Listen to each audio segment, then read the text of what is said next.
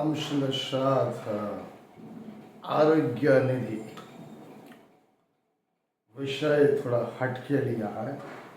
धार्मिक आध्यात्मिक प्रभु प्राणनाथ दर्शन आनंद यात्रा कड़वी वाणी मनुष्य को किस तरह से जमाने में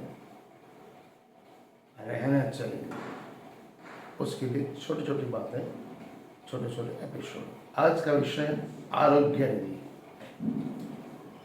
प्रणाम शुभेच्छा भक्तजनों और बच्चे, बड़े और युवा।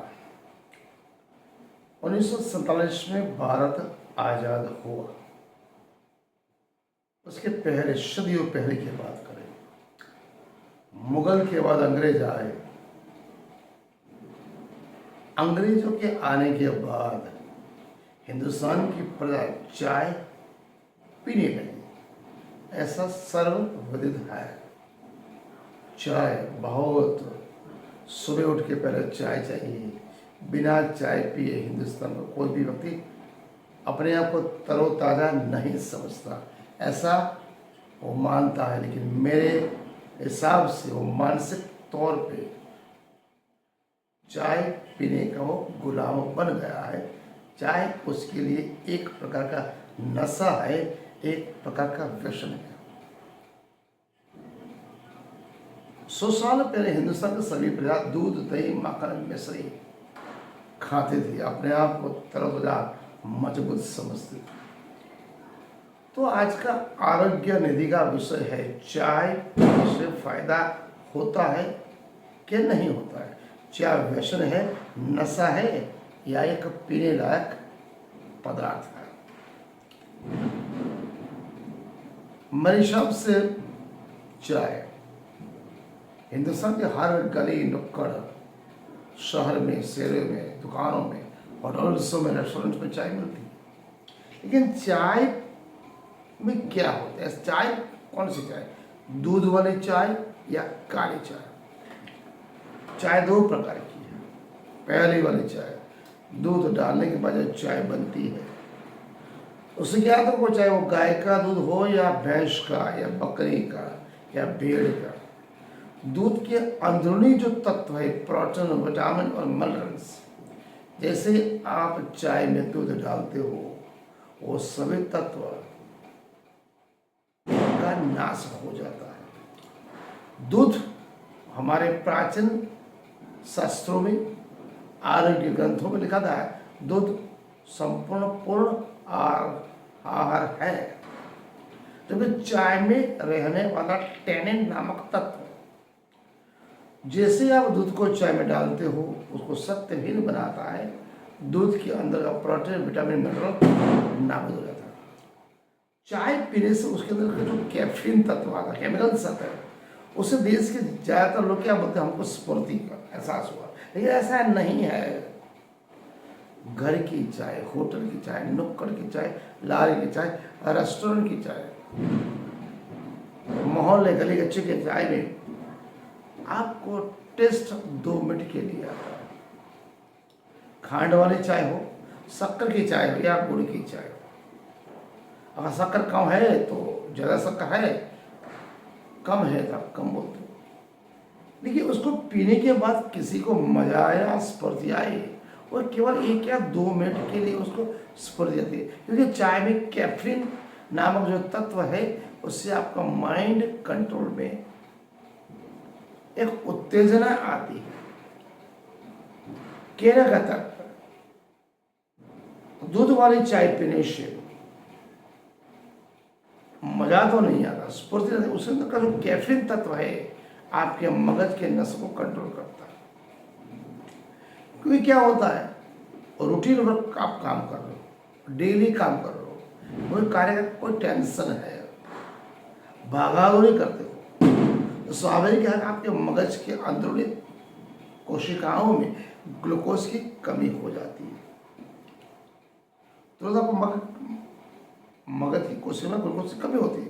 उस कमी की पूर्ति के लिए हमें यह सिखाया गया अंग्रेजों ने कि चाय पियो, दूध वाली, शक्कर वाली, तो आपको फ्रेशनेस आएगी, स्फूर्ति आएगी, आपको मजा आएगा, आपको कार्य कराने में सक्षमता मिले, आप कार्य जल्दी कर सकते हो। ये थोड़े दिन के लिए, थोड़े क्षण के लिए, घड़ी के लिए सोचो, अगर चाय बंद कर दे, उसकी जगह थोड़ा सा गुड़ खा लो, शक्कर खा लो, थोड़ा चल लो, थोड़ा श्वास, थोड़ी देर बैठ लो, तुरंत आपको स्फूर्ति आ जाएगी। क्योंकि चाय कैफीन है, टेनिन है। समय के हिसाब से चाय एक नहीं, इंसान अगर घर पे मेहमान आता है तो चाय बनाओ, चाय से स्वागत करो, एक चाय, दो चाय, तीन चाय, फिर चाय की हैबिट ऐसी ही पड़ती है। होती है चाय, नुक्कड़ की चाय, शेरे की चाय, गली की चाय, होटल की, रसोई, घर की चाय, सभी छोटी चाय है, लेकिन चाय में शक्कर या हो या गुड़ हो या चाय हो, सभी में अलग पदार्थ एक ही है, लेकिन टेस्ट अलग होता है।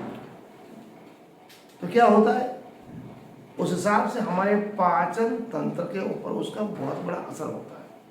उसके बाद आपको भूख नहीं लगती, आप संपूर्ण भोजन नहीं कर पाते, आपको एसिडिटी की समस्या होती है, कॉन्स्टिपेशन की समस्या होती है, खाना हजम नहीं होता। फिर ऐसी हैबिट पड़ती है, बिना चाय पिए आप कुछ भी कार्य कर सकते नहीं। आपकी अंदरूनी ताकत जो है, दूध से जो प्रोटीन, विटामिन, मिनरल्स मिल रहा हो, तो दूध तो मिल ही रहा, दूध तो खलास हो रहा है, सिर्फ चाय, काली चाय पी लो। उसके बजाय अगर आप गाय का दूध पियो या भैंस का पियो, बकरी का पियो, गाय का दूध पतला है, चाय पतली बनती, लेकिन आजकल लोगों को गाढ़ी चाय चाहिए, इसलिए वो भैंस का दूध पीते। 100 साल के पहले की बात है, हम हिंदुस्तान के सभी लोग गाय, भैंस, बकरी, भेड़ का दूध पीते थे, तंदुरुस्त स्वस्थ बनते थे। गाय का दूध पीने का महत्व कम होता गया और गाय कहाँ जाने लगी, कतर कर। चाय पीनी है अगर तंदुरुस्ती सुधारनी है। गैस, कब्ज और एसिडिटी को हमेशा के लिए नष्ट नाबूद करना है, मन को हमेशा तरोताजा करना है, मन को हमेशा प्रफुल्लित करना है, और आपके पेट की जो चर्बी है उसको अगर कम करना है तो चाय और शक्कर, चाय पीना बंद करो, शक्कर खाना बंद करो। शक्कर की कोई भी चीज़ जो मिठाई बन रही है उसको भी अगर आप बंद करोगे तो चाय में से कैफीन और टेनिन अपने आप निकल जाएंगे।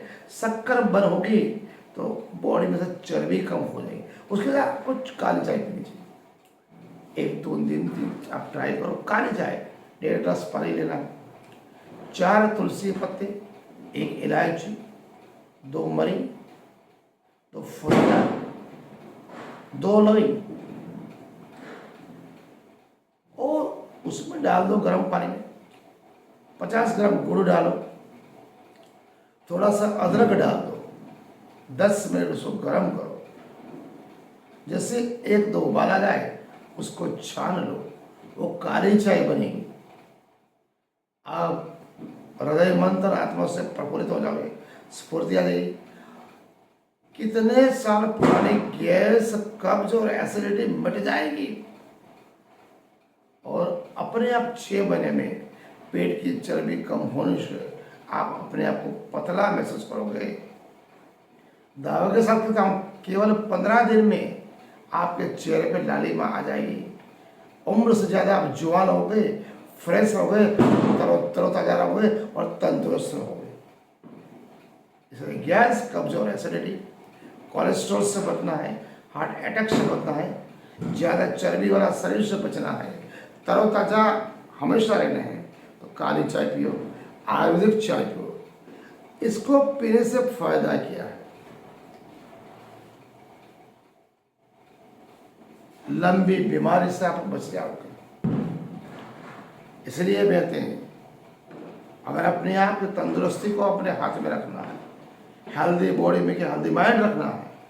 अगर बॉडी तंदुरुस्त है तो माइंड तंदुरुस्त है। ज़्यादा जीना है, जल्दी नहीं मरना है, तो चाय को घर से और ऑफिस से और अपने जीवन से दूर करो। काली चाय पियो, आयुर्वेदिक चाय पियो। यही हमारा आज का एपिसोड था, आरोग्य नीति का। चाय पीने से क्या फ़ायदा होता है। मैं एपिसोड अच्छा लगे तो सुने और चुने, इसे आगे बढ़ाएं, सब्सक्राइब करें। प्रणाम।